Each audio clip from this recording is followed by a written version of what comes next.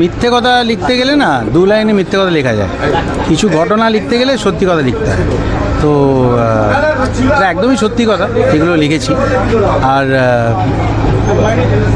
মুশকিল হচ্ছে যে আপনি যদি পাবলিক লাইফে থাকেন তাহলে আপনাকে মানুষের ভালো এবং খারাপ দুটো কমেন্টই নিতে হবে।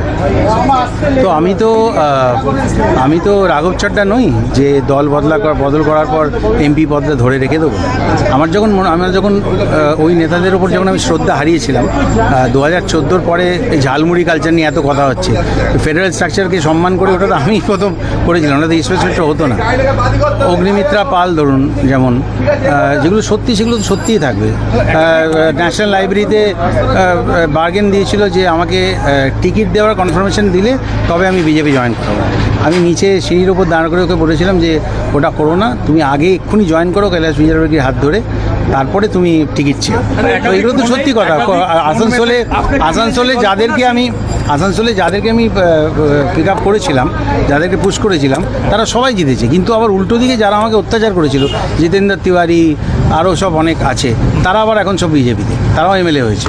দাদা আরেকটা বিষয় সেটা হচ্ছে যে আপনি তাহলে কি এই দল বদলের জল্পনা একদম বিরাট বড় বালতি করে জল ফেলে দিলাম। আমি সেখানেই যাবো যেখানে ভালোবাসাতে পাবো। আমি আমার জীবন অন্য কারোর অন্য কারোতে তুলে দিই না ভাই, একদম সিম্পল ব্যাপার। গান আমার কাছে সবসময় আছে। সো ইট ডাজন্ট রিয়েলি, আমি তো এবার লড়তেই চাইনি, সর্বজন বিদিত ব্যাপারে লড়তেই চাইনি। It's a big surprise. এর জন্য তো অনেক ফোন মেসেজ পেয়েছেন এর মধ্যে। আরে ভাই কি দিচ্ছেন? হ্যাঁ, কাদের ফোন? তাদের আমি একটা সুন্দর একটা বিগ হাগ, একটা লাভ সাইন করে তৈরি করে রেখেছি।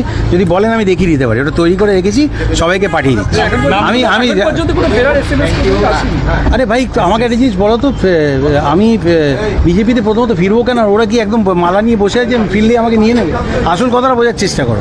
আমি ওদের বিগেস্ট বসেদের মুখের ওপর না বলে দল ছেড়ে এমপি পদ ছেড়ে দিয়ে চলে এসেছি। তো সেখানে আমাকে ওরা মালা নিয়ে বসে আছে যে এসো না, একদমই তা নয়। আর কাজেই অবান্তর কথার জবাব দিয়ে তো কোনো লাভ নেই আকাশ পাতাল ভেবে। তো আমার মনে হয়েছিল যে যেটা লিখছে যে আমার নাকি প্রচণ্ড আফসোস হচ্ছে অ্যান্ড অল অফ দ্যাট, সেটা ভুল। সেই জন্য আমি ফেসবুকে আমি লিখি না, কখনোই লিখি না, অনেকদিন আগেই লেখা বন্ধ করে দিয়েছি। তো আজকে আমার মনে হলো যে ওটা লেখা উচিত।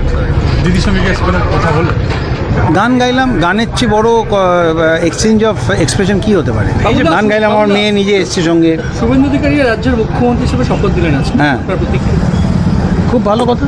আমি যে সাংবিধানিক পোস্টে যিনি বসেন তাকে নিশ্চয়ই স্বাগত জানাবো। আর এরা কেউ আমাকে ব্যক্তিগতভাবে কখনো আক্রমণ করতে পারবে না। আপনি একটু রিওয়াইন্ড করে দেখুন, শুভেন্দু অধিকারী ব্যক্তিগতভাবে বলেছে যে আমার সঙ্গে খুব ভালো বন্ধুত্ব। সে ভিডিও